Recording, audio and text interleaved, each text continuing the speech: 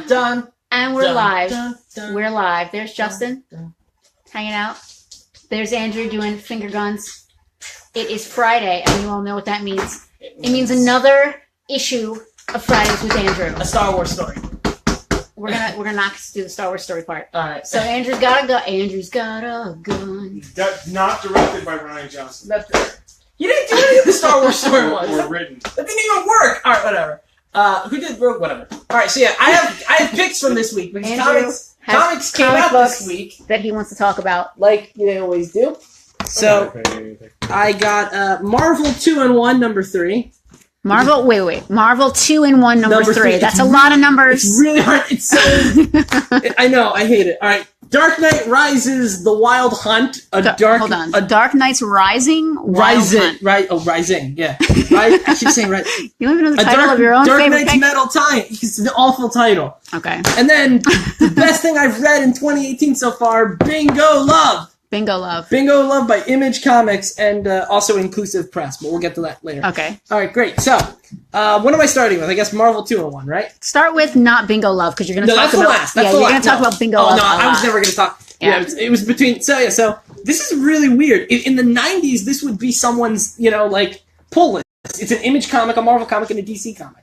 This is like the most mainstream I think I've gotten in this segment. So here we go. So we have Marvel 2-in-1. For those unaware, there haven't been Fantastic Four comics for I think 2 years. What? 2 or 3 years. What? Yeah. What? Because Secret Wars, in Secret Wars, Reed Richards, Sue Richards, Franklin, and Valeria Richards all ascended to godhood, and are now like basically the orchestrators of the Marvel multiverse. Justin, what do you think about that? Last I heard, George died and Spidey took his place and had a bag on his head. That was Justin, like a decade ago. Justin, I got to say, you're looking very handsome today.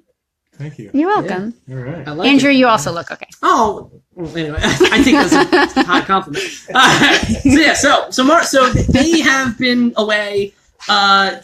Johnny and Ben have been doing a lot of things with other superhero characters. I think Ben joined the Guardians of the Galaxy at one point, and Johnny was with the That's cool. Inhumans for some reason. Nice.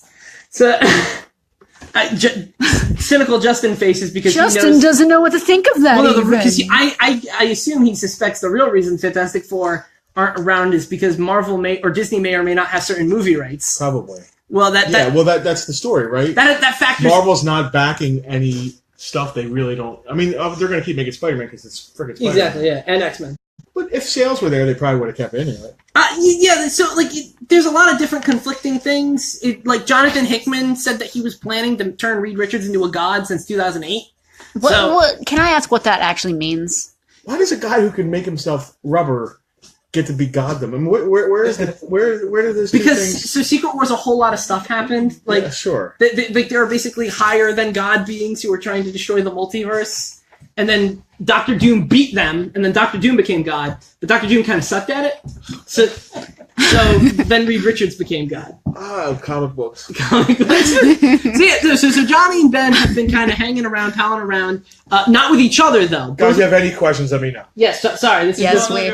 yeah. Both of them have been kind of lost. Specifically, more so Johnny. Doctor Doom shows up to Ben one day with like a little metal thing, which is basically Reed's last will and testament. And in it, Reed tells Ben that he thinks Johnny and him need to stay together because they need each other. And like even if him and Sue and the kids aren't around, he still thinks that they should be a family together. Which Johnny would never go for. So Ben lied to him and said that Reed and Sue are out there somewhere in the multiverse, and here's a little thingy that'll let us travel to the multiverse. So we got to go find Reed and Sue.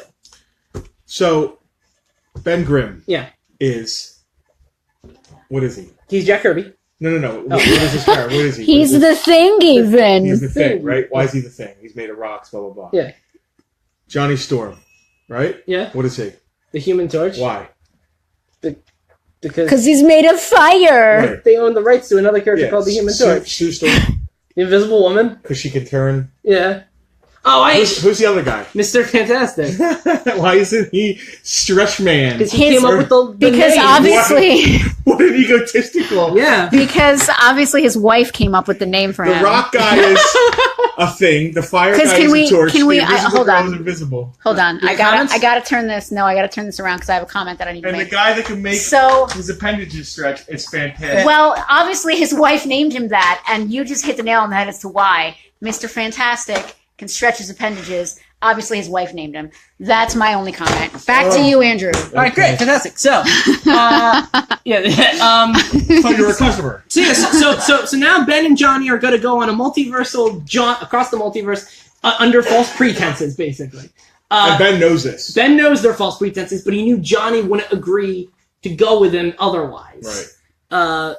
But there's other drama. Believe it or not, there is more drama. Oh. Johnny Storm is losing his powers. So is he like a smoldering charcoal ember? He can still turn fire. Flicker on. He can still turn on fire. He can still do everything that he could do, but he lasts shorter. He can like. And he's got it's impotency issues. Okay. Yeah, and it's like He's losing Alright. the fire. yeah.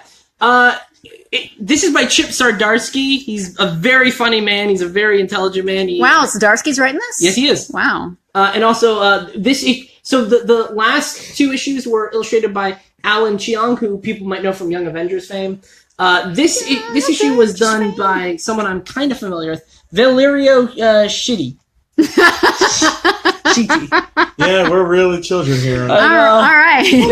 Funny word. Yeah, and I really dig his style. I really like Yeah, the piles are awesome. Yeah, his style is Shitty style. these are shitty originals, all right. We're not making any friends in this I'd love to episode. have Absolutely shitty not. Yeah. So yeah, or Shitty. I don't know. I'm gonna go. It's probably. There's a lot of great references to the Marvel Universe, a lot of great Fantastic Four stuff, a lot of great character moments, like I said, beautiful art, funny writing, and an interesting story that I'm really like in seeing where it's going to. So a lot of people, this is just like my little cap end part. A lot of people like complain that like comic books have gone too political and that there aren't a lot of stuff that it's like just good Fun adventure stories. Yep. This is a good fun adventure story for all those people who just want a certain, who just want a plain adventure story. There is some other stuff in there, and some other, I think, really good stuff in there. This is just a plain adventure story. And they're leaving the political commentary. And This isn't really this is not a political book. There you go. All right, great. So I would give it a, an 8. 8, maybe like a very low 9, but like, no, it's an 8. It's an 8. Okay. Yeah, it's Solid 8. Solid 8, great bit, and it's nice to see Marvel on the board again. It's been a while. Yeah, it's been a while. It's been relatively recent, but in the grand scope of all the installments, Yeah. This is their second. For the company that puts out the most books. Yeah, this is they've had the least. their second time. Right. Yeah, so going back to the other of the big two, DC Dark Knight Rising: The Wild Hunt. I finally got it right. The Wild Hunt. So this is basically Dark Knight Metal's 5.5. That is a shiny cover. Yeah, It's metals. It is so shiny. So 90s. yeah, It's so shiny. I think it's warranted because of the plot, but whatever. The plot deserves shiny? Well, no, the plot involves a lot of interdimensional metals. So this is supposed to be emulating the metal. Okay. I don't know. Cool. Okay, yeah. Yeah, so, all right, I'm so down. this is like not a metal numbered title, but it really should be. That's why I say 5.5. It basically is revolving around, so to recap people who don't know, the event is about a dark multiverse, a multiverse that exists parallel to the regular multiverse, where as opposed to the universes of the multiverses having solid vibrations, everything's made up of vibrations. The dark multiverse's vibrations are malleable and constantly being destroyed and recreated and destroyed again. So the denizens of the dark multiverse are sick of constantly dying. And We've talked about this. I've talked about I'm just catching up the viewers. Sure. This sounds crazy. And the thing that makes up the denizens of the dark multiverse is the worst nightmares, fears, and monsters concoctioned by the denizens of the regular multiverse. They are led by the Dark Guard Barbatos, who is actually the bat that Bruce Wayne saw. Like he basically has been influencing the Wayne family for years, and has been influencing Bruce for years. Because So he's the bat that made Batman. Fun fact: Batman's the Antichrist, because he's ushering in this like Cthulhu dark god. A lot of stuff has been happening. It sounds very the main, serious. The main crux of this book is basically the main heroes of the main DC Earth going to the clubhouse of superheroes, which exists at the center of the multiverse, to get all of the other heroes of the other Earths to help them. With the main heralds of Barbados, the Dark Knights, who are basically all evil versions of Batman. That's kind of a lineup picture. And they all incidentally have, like, other character superpowers. Ooh, I was going to say, he looks like a lantern. Yeah, that's Green Lantern Batman, that's Doomsday Batman, that's Ares Batman, that's Cyborg Batman, and that's Aquaman, who's a lady Batman. Lady Batman? Yeah, Aquaman, who is a lady. Also, there's Joker Batman, who has, like, the best design of all the new characters. Anyway, the reason I really, really like this book, besides, like, it factoring into, like, an event that I am enjoying, it's basically a sequel to one of my all-time favorite miniseries, Multiversity. Multiversity was about Grant Morrison. It's basically his interpretation of the DC multiverse. And it basically is like a direct sequel to a lot of the ideas that Grant Morrison laid down in. They reference a lot of the Earths. They go to like one or two of the Earths that Grant Morrison mentioned in Multiversity. And it's just nice to see the consistent logic of how the DC universe is supposed to operate. You know, it's not like Scott Snyder deciding that the physics of the DC universe work completely different. He's working in the dark multiverse to Grant Morrison's Multiversity. And I really, really like that. And I really, really like this book. And I really, really like a lot of the callbacks to, like, the weirder parts of the DC universe. Like, in pre-New 52 continuity, Grant Morrison created a team of DC supervillains basically had their own little, like, nerd club. And that's them. They brought them back. That's T.O. Morrow. That's Dr. Savannah. That's Professor Ivo. And, like, they're given... Oh. No, go ahead. Oh, sorry. No, I thought you had input. They're finally being allowed to do, like, this weird... that's a multiversal ship that travels via music. And they invented a new thing called anti-music, which apparently is like... My band actually invented that. Oh, yeah, sorry. Anti-music is a soulless special. Anyway, but no, it's really imaginative, it's really crazy, it's high concept, it's beautiful fantasy, and it's just really, really cool and really, really fun action. So I give this an easy, like, 9 or again, high 8. I really, really like this comic, I really, really like this event. People who are, like, fed up with event books, maybe give Metal a chance. I don't know.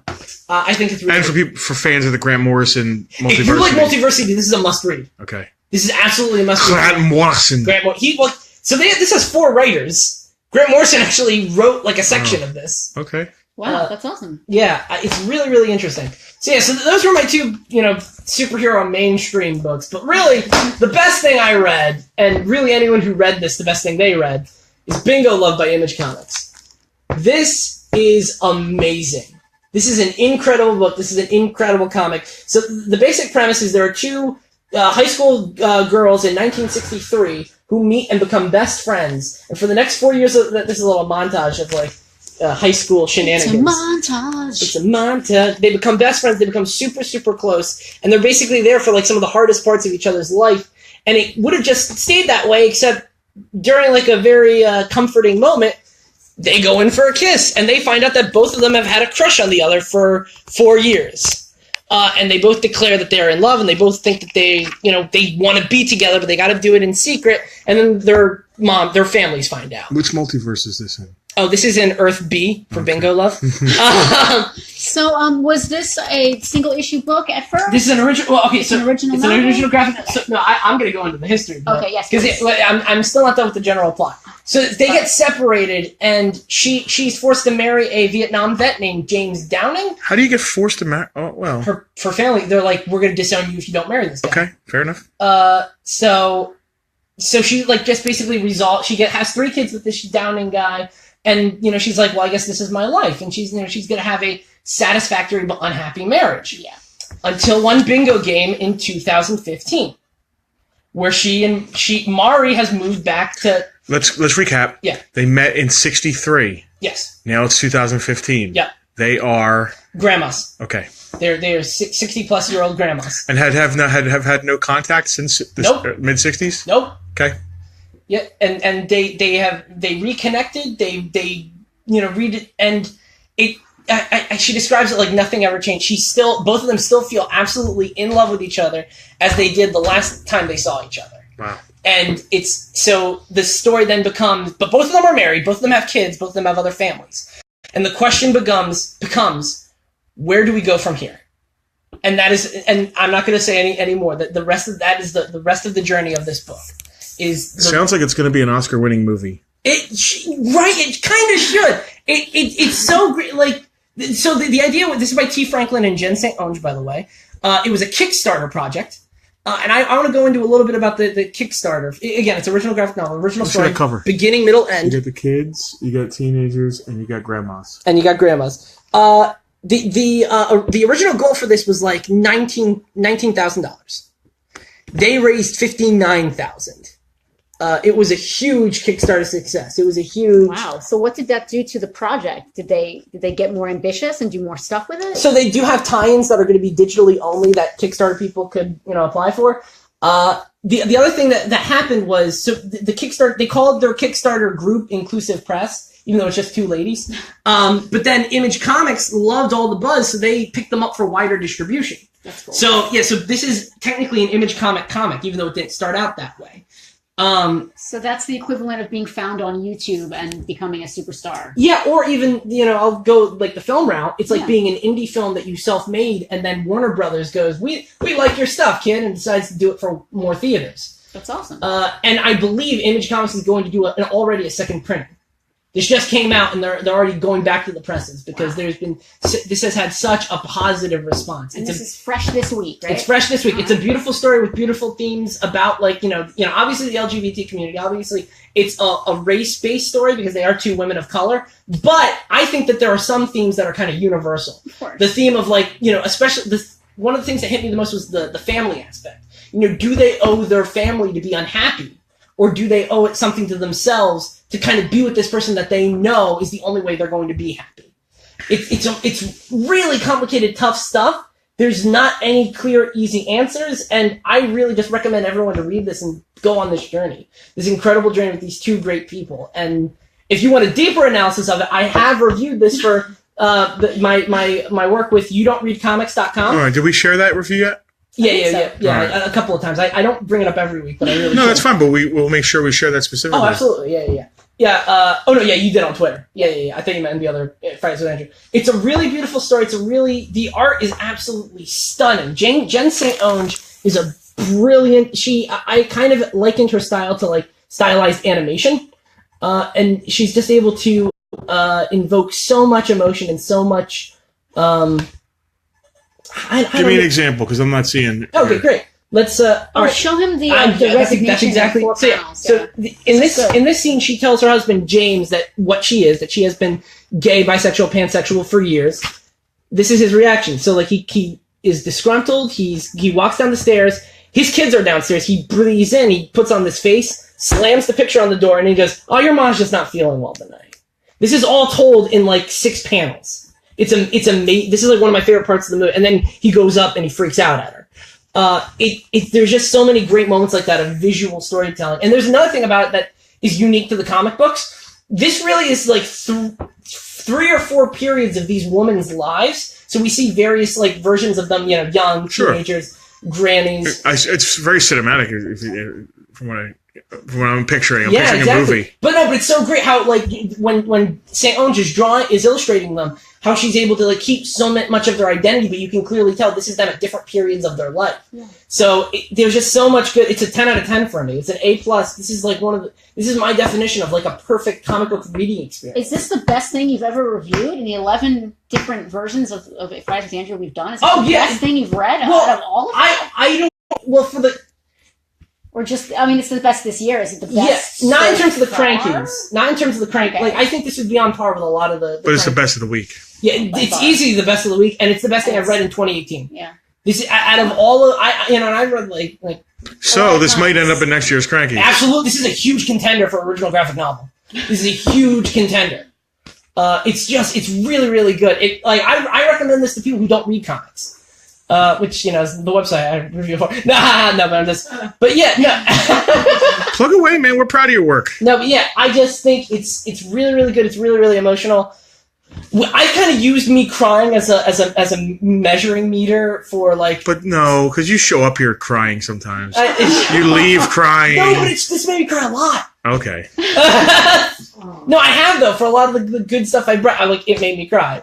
So no, don't look at the end. Oh God, I read the last page. She read the I read the last page. Beautiful, right? Oh God. Beautiful, right? Oh God. I'm okay. Okay, great. No, I thought it was beautiful. All right, yeah. So everyone should read Bingo Love, in my opinion, especially people who are looking for something that's not superhero related. Bingo Love is exactly what you've been looking for. So those are my weeks, and I have. Speaking of crankies, we got a bag the black bag of mystery. Contained within are the last 2 submissions of the crankies. I'm definitely going to go through one. Let's see if we can go through both. I love that you walk around with this pauper's bum. It is the black bag of mystery. A pauper's bum bag of comic books. The shadow bag of mystery. We gotta get you a nice tote bag with giant question marks on it. We'll talk about it. All right, great. So next we're going to do best artist, and I very intentionally had Bingo Love alongside my best artist because it is Jen St. Onge, the artist of Bingo Love. These are the work she did with the Gem and the Hologram, the Misfits miniseries. And then a collection of another indie work she did called Finding Molly: An Adventure in Cat Sitting. So you're a big fan of Jen St. Onge. Yeah, but this type of art, this absolutely. cartoonish. Yeah, the stylized look. Yeah. Transformers Animated is my favorite Transformers cartoon. I will absolutely say that it is in terms of my personal preferences, a stylized style. But I mean, not all stylized. Some stylized styles I think are lazy, and I don't like Bob's Burgers. The animation of Bob's Burgers, I think they look awful. So it to each their own. It's subjective. I love her style. I love her art style. I love the way she visually. So my mother is sitting here just commenting and commenting. Oh, goody. Hi, Rachel. What are some of those choice comments? No crying. Oh my God. What? Oh, I can't even read one. And zzz, like she's sleeping. If you're not into this. Don't watch it. I don't mind. So she hasn't read a comic book since Betty and Veronica. Hi, Mother. It takes all of that. Never mind. All right. Yeah. So Jen St. Onge. Here's different. Yeah. So I got Finding Molly. I got this was actually my best single issue of 20. Art wise. No, just single installment. Okay. Oh yeah, I remember you reviewed that. Yep. Yeah, great. And she was a huge part of that, especially for people who don't remember, this plot was about Roxy from the Misfits and finding out that she's a learning disability and is illiterate. It's very powerful stuff. This art doesn't do it for me. That's totally fine. No, it's all relative. It's all relative. Art and music. It's very simple. I absolutely agree with you. That's simple. But what I admire about it is I think she does a lot with a little. Okay. But that's just me. Yeah. This is just a phrase. One of the things the 2 most subjective art forms are art and music. Are visual images and music. And the reason is because you're deciding what looks good with your eyes and what sounds sound good going into your brain. Right. So it's there's no storytelling, there's no there is with comic books, but I'm just saying, looking at still images. Those are the 2 most subjective art forms, and I think that's kind of an interesting perspective on things. But yeah, I like her art a lot. I do think that she, I don't know. I just think so for Finding Molly, it's about the character of Molly has an art blog, and I just think it's very interesting the way that they cut back and forth between the installments of her blog and then the real events of Molly and how they distinguish art-wise with it. Something that Molly herself is drawing as opposed to Molly's existence that was drawn by Jen St. Onge. Yeah, but I don't know. It's just that there's interesting stuff with that. I do think that this cover is amazing. It's just why? Huh? Look at the way. Look at You're such a jerk. No, there's got to be conversation here. Here's the thing. I over here crying. No. My whole thing is these are my things. I am going to defend my picks. Yeah, no, I want you to. So here we go. So this is what Twitter, I wouldn't buy that off the shelf based on the cover. Okay, that's fine. But this is my thing. So again, she's illiterate. What she's looking at is a Twitter feed. So an illiterate person, I get the concept. Yeah, a literate person isn't seeing a Twitter feed going down. It's all swarming her. It's all coming in different ways, and it's all just random, nonsense. She's not able to she's not able to see a language, and I think that's really powerfully illustrated. And that's her stressed out. Yes. Well, again, like her absolutely terrified. Again, this made me terrified of the concept of illiteracy, which, I mean, I don't know. It's... Obviously, you can read. Yeah. Well, no, because I buy comic books. Right. All right, no, He yeah. just looks at the pictures. The pictures even... Well, hey, for best artist, there's some pretty pictures to look at. So, yeah, so Jen St. Onge, Mike Cranky for best artist. There you go. All right, great. So do we have time for the writer, or do you want to save that for next week? Oh, it's up to you, Andrew. I don't know. Okay. Oh, yeah, let's Next wrap it Mom up. says you can save it for next week. All right, so yeah, so the best writer will be revealed next week. How many more Crankies do you have? Just one. Oh, that's it? Best Yeah. writer. Best writer. Cranky left. Wow. Which means we have to get on our Crankies leading up to the actual Oscar nominations, or not the nominations, and then the Oscar, actual Oscar. So the recap this week is Dark Knight Rising, the Wild Hunt, the Marvel 2-in-1 featuring the Thing and the Human Torch, and Bingo Love, which every human being on the planet should read. Bingo. That's what. Yeah, she. It's getting her. She's feeling the feels. I read it backwards. I started at the end. It was like it's like Christopher Nolan's Bingo Love. Oh, jeez. Yeah. I would watch that actually. We are going to be talking soon about. We just finished watching all of the 1980s Oscar winners for Best Picture. and Oscar winners from the 80s. We're going to sit and do a little wrap up and talk about that. Oscar so white. Oh my God. So white. It was so too white. Anyway, we're not big fans of a lot of those movies, and they won against them, really. We're going to have a nice conversation about it. We'll plug it beforehand so you guys know to watch it. We want people to maybe get in there and talk to us about it if you've seen any of these movies. I have a question. Yeah. Uh-oh. Sure. This might be personal territory, so I don't know if this is...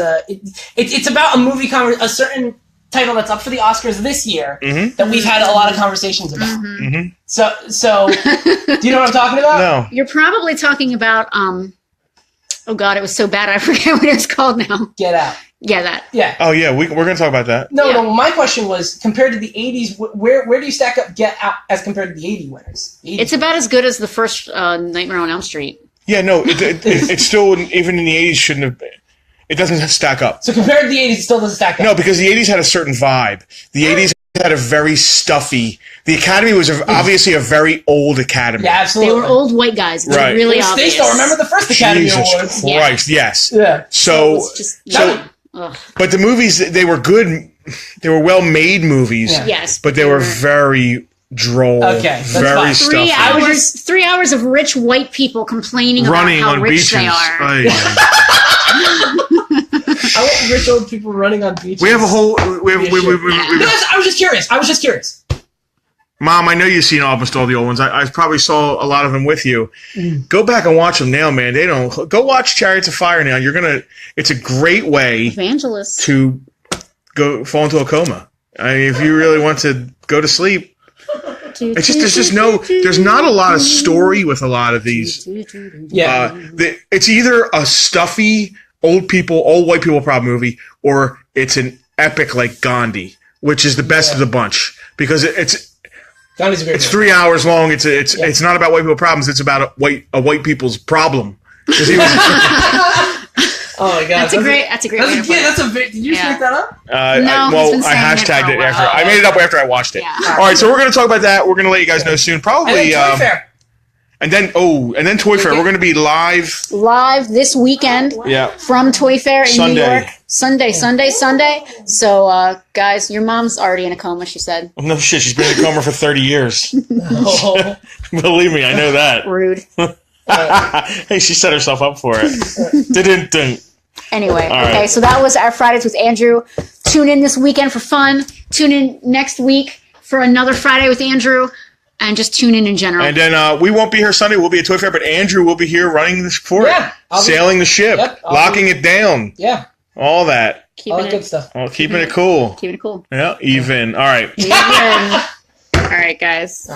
As Todd McFarlane would say, he does this at the end of every video. Does he? Oh, yeah.